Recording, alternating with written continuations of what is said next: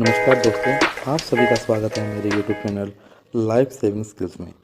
तो दोस्तों, आज हम बात करेंगे ब्लड बॉर्न डिजीज़ यानी खून से होने वाली कुछ बीमारियां। देखिए, होता क्या है, जब भी कभी कोई एक्सीडेंट होता है कार्यस्थल पर या घटना स्थल पर, जो भी आदमी पीड़ित होता है, अगर उसको किसी प्रकार की ब्लीडिंग हो रही है तो जाने अनजाने में हम भी उस ब्लीडिंग की चपेट में आ जाते हैं या मजबूरन हमें उसे टच करना ही पड़ता है। तो ध्यान क्या रखना है, कभी भी संक्रमित आदमी कोई भी हो जिसको कई प्रकार की ब्लड की बीमारियां हो सकती हैं, जैसे हेपेटाइटिस सी, हेपेटाइटिस बी या HIV, ह्यूमनो इम्यूनोडेफिशिएंसी वायरस या एड्स, तो हमें ये ध्यान रखना है उस पीड़ित आदमी का जो ये ब्लड है वो कंटामिनेटेड ब्लड हमारी बॉडी के अंदर एंटर ना करे।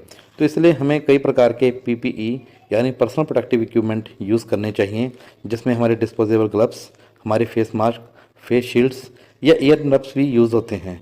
तो देखिए, ब्लड पैथोजेंस होते क्या हैं।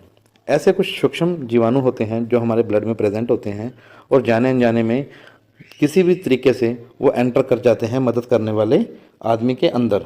तो वो कौन कौन हो सकते हैं, कोई भी हमारे फर्स्ट एडर हो सकते हैं या जो हाउस कीपिंग स्टाफ है। तो देखिए, इनका तरीका क्या है एंटर करने का।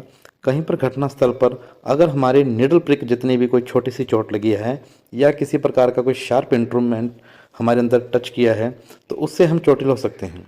और मशीन पर अगर मान लीजिए उसके स्टेन रह गए हैं, हम किसी वजह से उसको प्रॉपर क्लीन नहीं कर पाए, डिकंटामिनेट नहीं कर पाए, तो आगे आने वाले और साथियों को भी वो कंटामिनेट कर सकता है। तो इन चीज़ों के ध्यान के लिए हमें क्या करना चाहिए, हमें प्रॉपर प्रिकॉशंस लेनी चाहिए।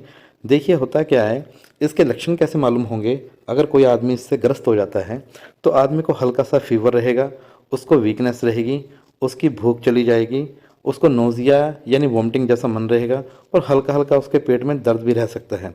तो ये कुछ लक्षण हैं जिनसे हम जान सकते हैं आदमी को ब्लड बॉर्न पैथोजेंस का अटैक हुआ है या किसी प्रकार से उसको हल्की सी बीमारी हुई है।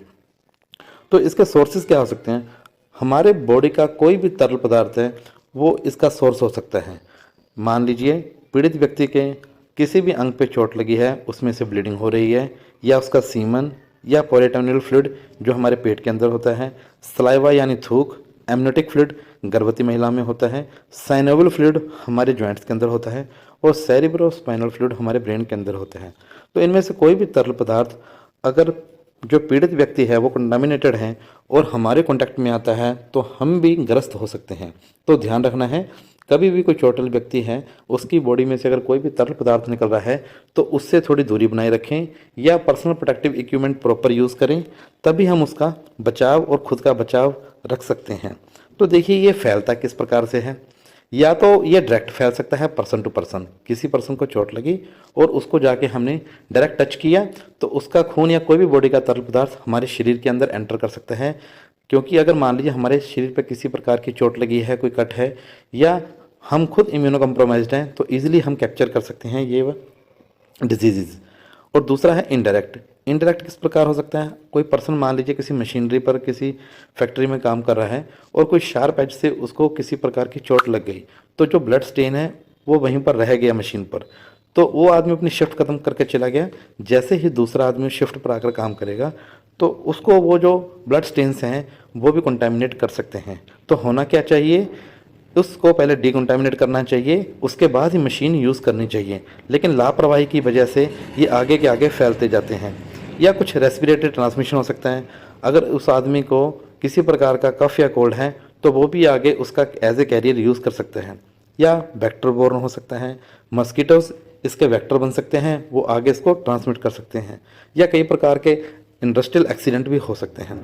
या एडमिनिस्ट्रेटिंग फर्स्ट एड, जब भी कभी हम फर्स्ट एड किसी को दे रहे हैं तो आदमी को जाने अनजाने में हम सीधे हाथ से टच कर लें बिना किसी PPC के यूज़ किए हुए, तो ये हमारे अंदर ट्रांसमिट हो सकता है और हम भी इस चीज़ से ग्रस्त हो सकते हैं।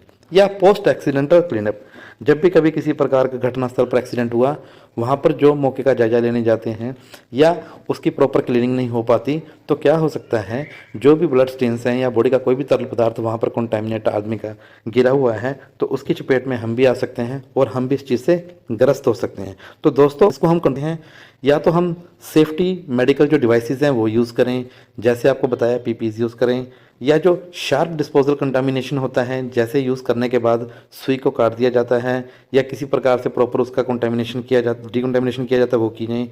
अपना हैंड्स हाइजीन मेंटेन कीजिए, ग्लव्स यूज़ कीजिए, मास्क यूज़ कीजिए, एप्रन यूज़ कीजिए या सेफ्टी ग्लासेस यूज़ कीजिए और प्रॉपर वर्क सरफेस को क्लीन और डिसइंफेक्टेंट करके हम उसको इन चीज़ों से बचा जा सकता है। तो आशा करूँगा आप सभी को ब्लड बॉर्न पैथोजन के बारे में पूर्ण जानकारी प्राप्त हुई होगी। लेकिन फिर भी किसी प्रकार की आपके मन में कोई आशंका है या आपका कोई क्वेश्चन है